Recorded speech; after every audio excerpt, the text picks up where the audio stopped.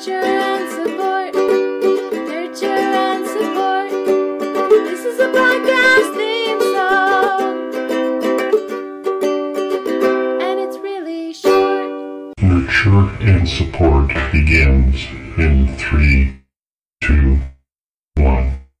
Hey everybody, welcome back to another episode of Nurture and Support. This is episode 139 of the most awesomest recommendation podcast with your awesome hosts, me, Mel, at Karmic9. And I don't know if I'm going to be able to match your energy, Mel, but it's Kelly at KELLYTHUL on Twitter. And I'm glad to be back again to recommend stuff. Because we're all awesome and happy. Yay. That's right. So, I'm not recommending a podcast, y'all. Excellent. Be happy. There's something to be happy about. I'm instead, this week, recommending a YouTube channel of something light and carefree and fun and crafty. Because y'all know I like crafty stuff. So this YouTube channel, and I'm sure I'm probably going to pronounce it wrong, but it is LoreChirik. And I'm going to spell that for you. It's Lore, L-O-R-E, and then Chirik, C-H-I-R-I-K on YouTube. He is from Poland, and what he does is makes all sorts of cute stuff out of polymer clay. Now, he primarily makes stuff about video games or those card type app phone games like Pokemon. Clash Royale is another one. I know that's an app. Maybe there are physical cards for it as well, but I know it's an app. So he makes characters from these games out of polymer clay. And one of the things that I really like about his videos are, one, his cats are featured in almost every video, which is really cute. And he uses pretty much basic, simple tools and really kind of just throws this stuff together, and it looks amazing at the end. And I like it because, to me, it shows you that you don't have to have a bunch of equipment. You don't have to have a lot of experience. You can just get some polymer clay and you can play with it and kind of follow the simple things that he does to get what you want. There's no great, huge technique going on to mess with polymer clay. So some of the things that he has made, he made a really cool Charizard from Pokemon, which is the dragon type Pokemon, and it's really cool. So that was one of his Pokemons. He's made a bunch of stuff from Clash Royale. He's got some really cute bats that he made, a really cool cannon. And so, you know, one of the other things you could use these pieces that he makes. They're not huge. What I've always thought about is making little chess sets out of all of these little characters, but he's really, really good, and his stuff is amazingly detailed for as quickly as he puts them together. So they're really pretty cool. One of the favorite ones that he made from Clash Royale that I just love is the Lava Hound. It very much reminds me of a character in World of Warcraft, but it's a Lava Hound, which is just like what you would think. It's like a stone over orange lava body of this big kind of bulldoggy hound type thing. And he's really good at doing the action poses, which I think he's taking from the actual card from the game. But that's one of my favorites. And he puts a lot of time into doing some of these details, but when you watch him do it, you realize that there's not a whole lot of technique going on here. He's putting pieces of clay on and cutting pieces away. It's not like he knows exactly how everything is going to fit together when he starts doing it. And I really like that, because it's really hard when you get started trying to mess with stuff like that you've got all these different colors of clay, and if you smooth them together too much and then you don't like it and you try to take them off, well, they're going to stick together.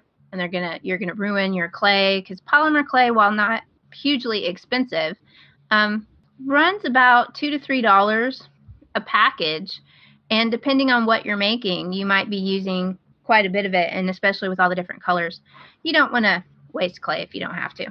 So speaking of Warcraft, he made a baby moonkin that is just adorable. It's a little, if you're not familiar with Warcraft, it's like this little owl type creature in Warcraft. Totally adorable.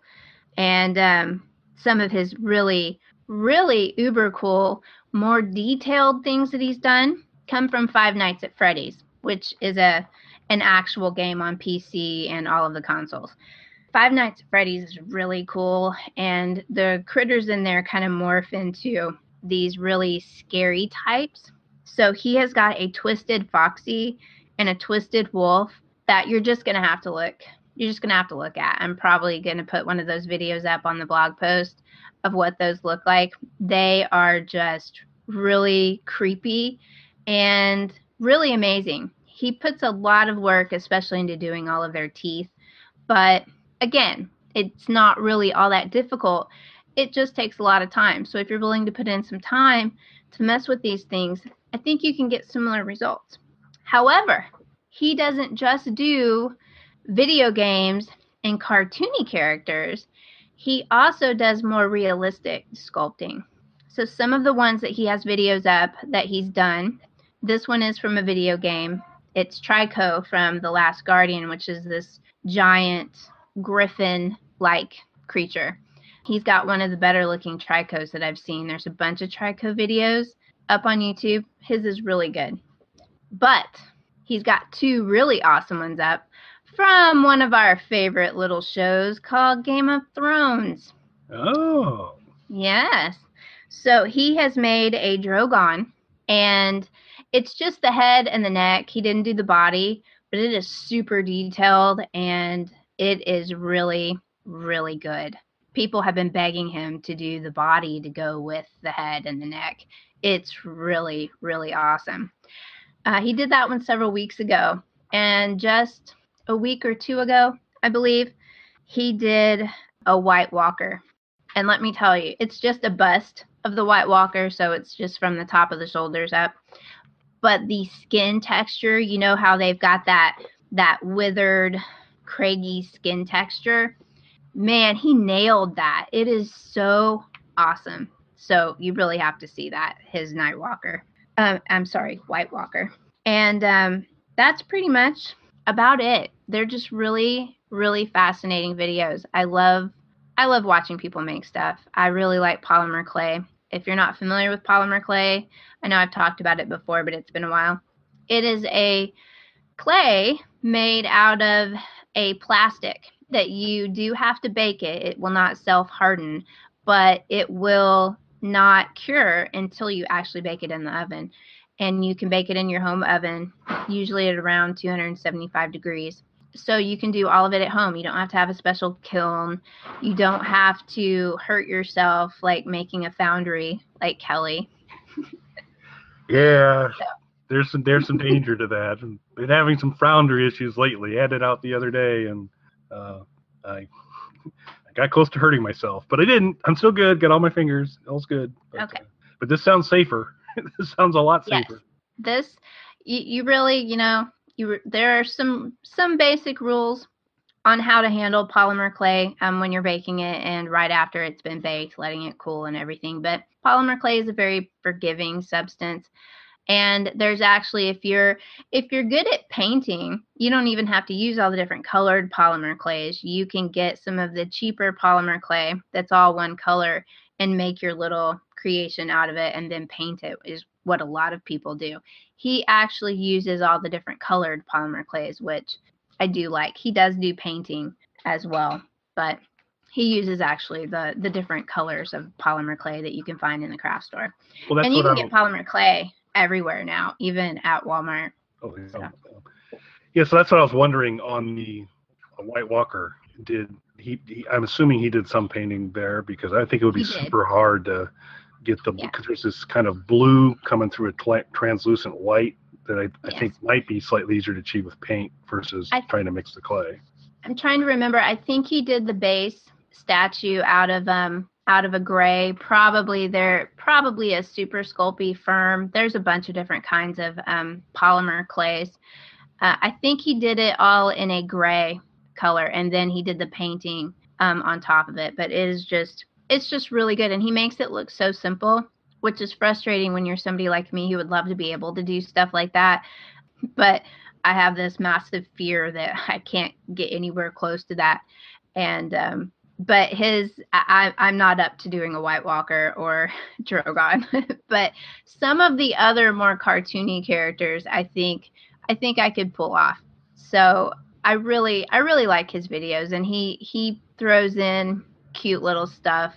He occasionally green screens stuff and and makes little scenes and stuff like that. So he's fun. His cats are very adorable and are in almost every video, I think. And if you watch enough of them and go back a ways, you can see the cats when they were just little kittens until they're grown now. So it's cute. But he's really talented. And if nothing else, you really have got to check out his White Walker and Drogon. And he's got some other dragons that he did traditional sculpting as well. There's a couple of other ones as well. But those are his two most recent ones, given that they're Game of Thrones. But his Five Nights at Freddy characters are really, really creepy, which they're supposed to be. It's a very creepy game. And they're just really good. And that's another popular video that's all over YouTube of different people doing different versions of Five Nights at Freddy characters. So he does, in my opinion, he does some of the best ones that I have seen on YouTube, and I've seen a lot of YouTube videos, kind of like my second hobby. I watch all the videos instead of actually sitting down and doing any of the sculpting. I just watch other people do it, which is almost as good as doing it.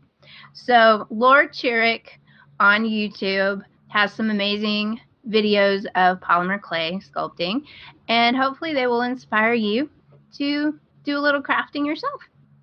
Very, very cool. Now, you say he makes it look easy, and granted, it sounds a lot safer, first of all, than my kind of foray into melting aluminum. So this has an appeal to me because you could achieve some of the same desired outcome and maintain all of your digits, which has its appeal.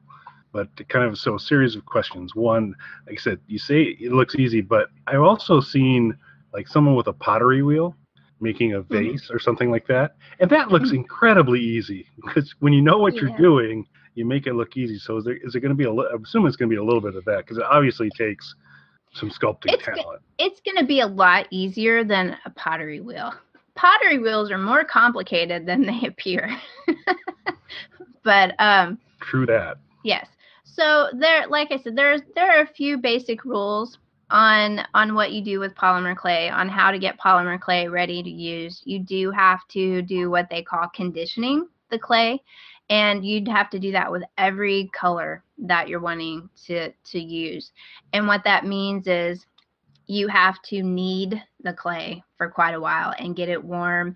And because it's a plastic, there is a plasticizer that's in the clay. And the older the clay is, the more that plasticizer may have sort of separated out. So the process of conditioning the clay is actually kneading that plasticizer back in uniformly. So it's a lot like, if you're making bread dough or you're making cookie dough or something like that, you've got to mix it up. Clay, depending on what type of clay you use, can be a little more difficult. There are, usually the cheaper the polymer clay is, usually the softer it's going to be because it's more, it's meant for more like craft type purposes rather than art purposes. So if you're new with it, don't think that you have to go out and buy Primo, which is not hugely expensive, and most of the craft stores are going to have it. You can start off with, like, for instance, Michael's is a big chain craft store. They have their own brand of polymer clay now that's in the stores right next to the Primo. The company that makes Primo is called Sculpey. Sculpey has a slightly cheaper, called Sculpey 3 instead of Primo. Primo is more of their artist type clay. Sculpey 3 is not quite as durable, has a slightly different matte finish when it bakes, and is not, it's a little bit different from the Primo. It's not considered to be the premium, as the name suggests, product. So you're perfectly fine starting with those, and sometimes actually the Sculpey 3 has better colors pre-made than Primo. Primo is meant for artists who will mix their own colors. And if you're lazy like me and you don't want to do that, you can buy the Michaels brand or the Sculpey 3 in any color you want. There's even glow in the dark, and I love glow in the dark, so I have lots of glow in the dark. So there's lots of cool things you can do. I know he has a video on the tools that he uses. I'm not sure if he goes into how to condition clay, but honestly, y'all, if any of you are actually inspired to do anything with polymer clay, and I am by no means an expert, but I've been messing about with polymer clay for years. So if you have any questions, you can actually, hit me up on Twitter. Probably don't send an email. Probably hit me up on Twitter, and I will be happy to help you. There's also a ton of, intro to polymer clay videos on YouTube that will give you the basics of what to do and how to bake it and everything like that. But I'm happy to help anybody. I think polymer clay is a really cool medium that people can use at home to make all sorts of cool stuff. And it's very economical, and it's cool. You bake it in your oven and you can make all sorts of cute things. And who knows what you'll get into. You can make jewelry out of it. You can do all sorts of cool stuff with polymer clay. It's very cool. You can't make things to eat out of it though. So don't think you can make mugs or something like that out of polymer clay. Polymer clay is not considered to be food safe. So it does not go in the microwave after you make it. It's decorative. So there you go. If you have any polymer clay questions, hit me up, y'all. I can help you.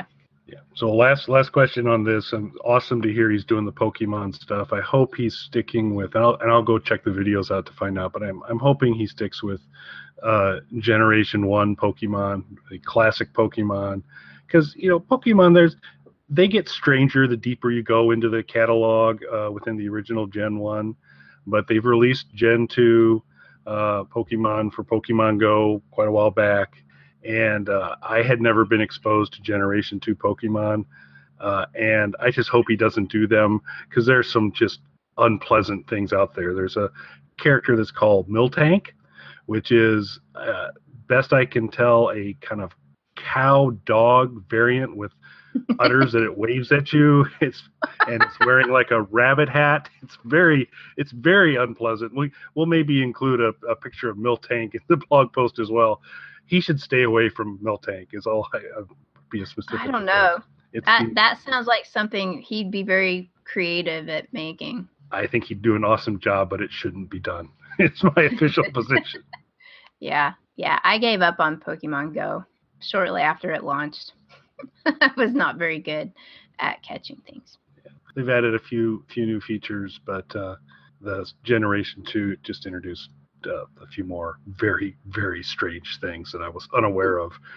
I'm more of a Pokemon traditionalist and was familiar with Gen 1, but yeah, no Miltank, please. But we'll include a picture and see if you agree with me. So there were a couple of projects that I had planned to eventually do in aluminum that sound a heck of a lot safer and possibly even more achievable with polymer clay. So I'll have to look at that a little bit more. Well, and you can make things out of polymer clay, and then you can make your own mold, silicone mold, and then cast them in resin if you would like to get something lighter weight. Now, you'd have to paint it if you're going to do it in resin, but all the things I've learned from all my cosplay watching videos about molding and casting things. So polymer clay, a lot of people sculpt things in polymer clay and then make a mold, and then they cast it in resin. So depending on what they're doing with it, because resin is more stable than polymer clay over the long term, but it's also more durable, and it's lightweight. So lots of things you can do, but we'll start with the polymer clay and move on to molding and casting later. Spoiler on future recommendations from Mel. Yes. Excellent. Very cool. All right. Strangely enough, I also am recommending a YouTube channel this week as well. So no podcast recommendations on the show whatsoever, which may be a first for Nerd Transport. Been a while. And this will be a YouTube channel that I expect you're already familiar with, Mel, but kind of making this recommendation to our listeners. And it mostly comes because I think we all know, friend of the show and my podcasting partner for Squad Cobbler, Mike Belinsky, he's a private man. He doesn't like to promote his own stuff, and so it'd be hard to get him to talk about it. So I wanted to, we've never officially recommended his YouTube channel. The Official Pagan Music is the name of the YouTube channel, and it's a pretty cool place to go. He has started to more regularly add material to it. I think if you've listened to Nurture and Support or Squat Cobbler, you know that Mike's band Pagan will be releasing an album called Dead Girls sometime here in the not too distant future on Universal. And what you're getting is a lot of the components of that album on the YouTube channels, little short videos for it. For those of you not familiar with Pagan, it's an ambient music entity in terms of putting together that Mike works with a number of folks with.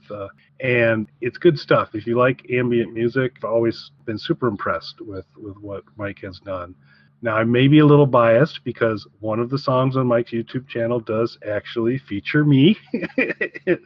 That there's a Pagan song called Like Alice that takes a quote from one of our many Alice Cooper shows from me at the beginning of the show, and you get kind of a distorted version of that, followed by some much better ambient music for the remainder of it. And it's up to approaching 8,000 views on his channel, so still okay in terms of that. He's putting together a Psychotica and Pagan Our Summer Vacation promotional video that will be related to all of this, and so you're getting some of the clips from that. So he's been working on the different pieces of that, and that has had an interesting side effect in that because part of Pagan's summer vacation included snark stock, and so you will see some familiar faces in this video for those of you who are part of the Snark Alec group or have hung around snarky movies for a while. You're going to see some familiar faces there, including mine. And because one of my videos was featured fairly heavily that I shot, I now have an IMDb page. I was waiting for you to say that because I was going to bring it up if you didn't. Yeah, so what a pleasant surprise. I think a little generous to refer to me as a cinematographer, writer, and writer. But I guess if cinematographer means you pointed a camera and hit record, I fit the bill from there. But it was super cool to do that.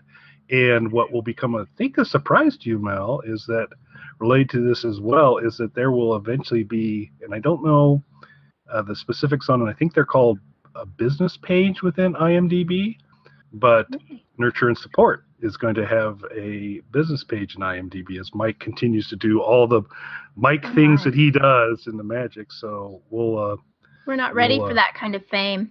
I know it would be it will be interesting, but sidetrack on, I had to find a way to work in that. I was all excited I got an IMDb page because I was like, I thought pretty cool.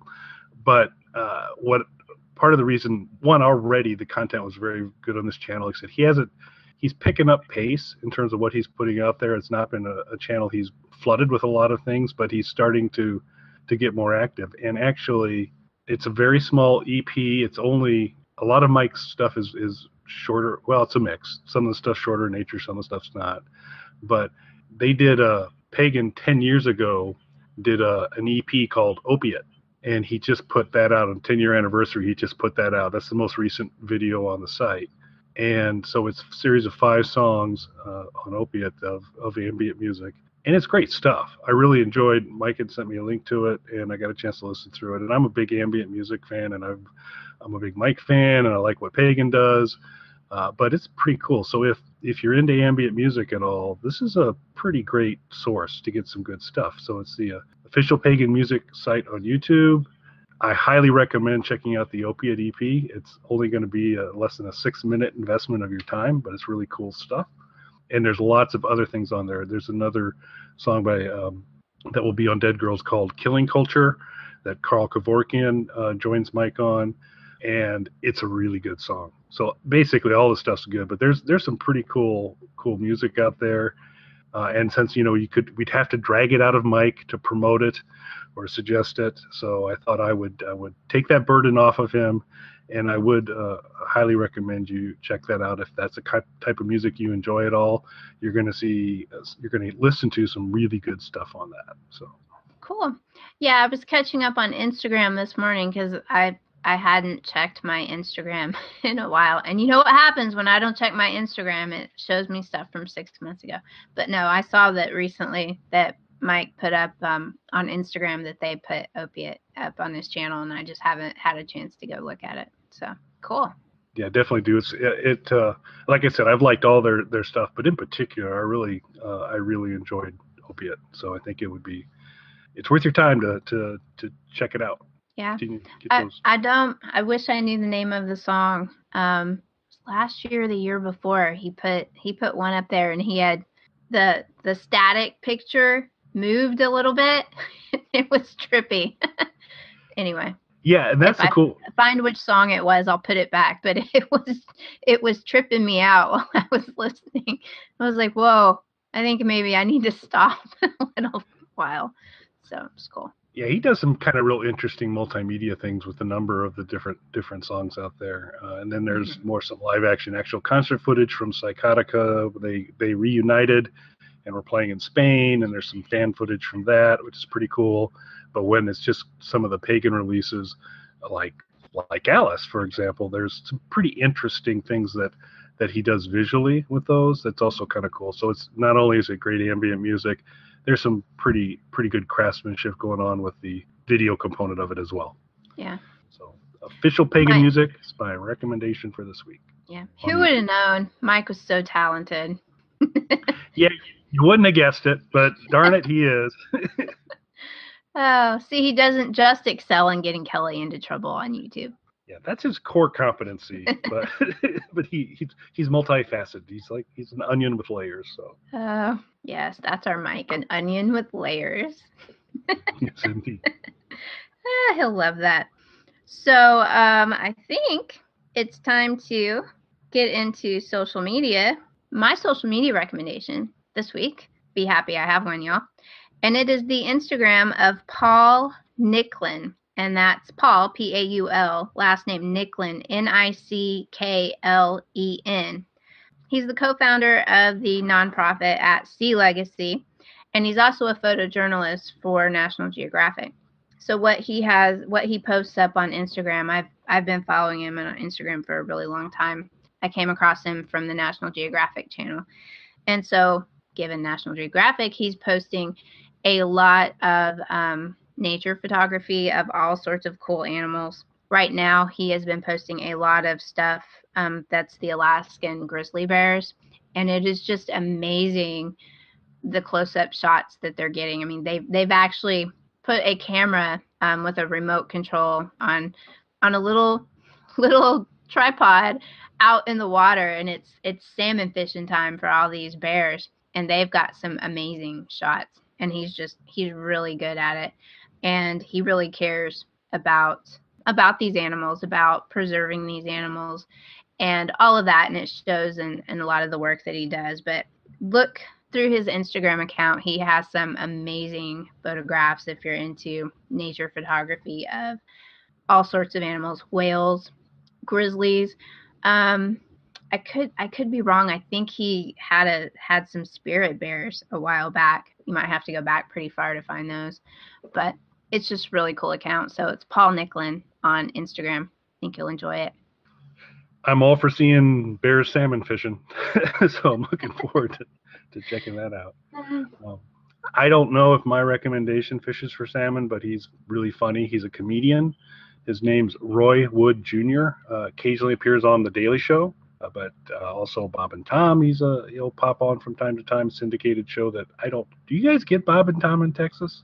It's not familiar to me, but I don't listen to a lot of over-the-air radio, so I probably am not the best person to ask. Well, it's not Bob retired, so it's really Tom now, but and other folks. But I think they're based out of Indianapolis, and they've got a pretty good syndication. But some of our listeners from the Midwest will probably be familiar with Bob and Tom. But he's on there quite a bit. Like I said, he's been on the Daily Shows.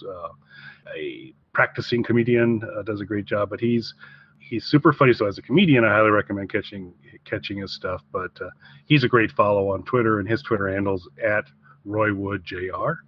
And there's been some recent tweets that are fairly funny on some of his experiences on an airplane and someone who he felt was trying to peek over at his laptop. But I won't spoil it for you. Follow Roy Wood. You'll be able to go down to the chain a little bit more and see the exchanges that went on there. So it was pretty funny. But he's a fun and nice addition to your timeline. So Roy Wood Jr. is my recommendation for this week. Cool. So I think that wraps up episode 139. And we're going to hand it over to the Polymer Clay of voiceover people, Matt, who will give you all the information on how you can connect with us via Twitter, Stitcher, YouTube, email, not so much, but different ways there. And to connect up to the show, subscribe to my YouTube channel if you get a chance, where you can see all the nurture and supports eventually make their way out there. More importantly, please go to our blog and either connect up there for notifications, or or connect with us on iTunes. Leave a review if you get a chance. Those are always awesome and helpful to us to get more listeners. So Matt will give you all the particulars on how you can find us many different ways. And if you're so inclined to provide a little support, we would find that very nurturing. So with that, we'll hand it over to Matt. So thanks for listening, everybody. Click, subscribe, share, all of that cool stuff. There you go. Oh, thanks, everybody. You can contact us on our website, nurtureandsupport.net, or email us at nurtandsupp@gmail.com. That's NURTANDSUPP@gmail.com. Or tweet us at nurtandsupp on Twitter. Nurturing and supporting.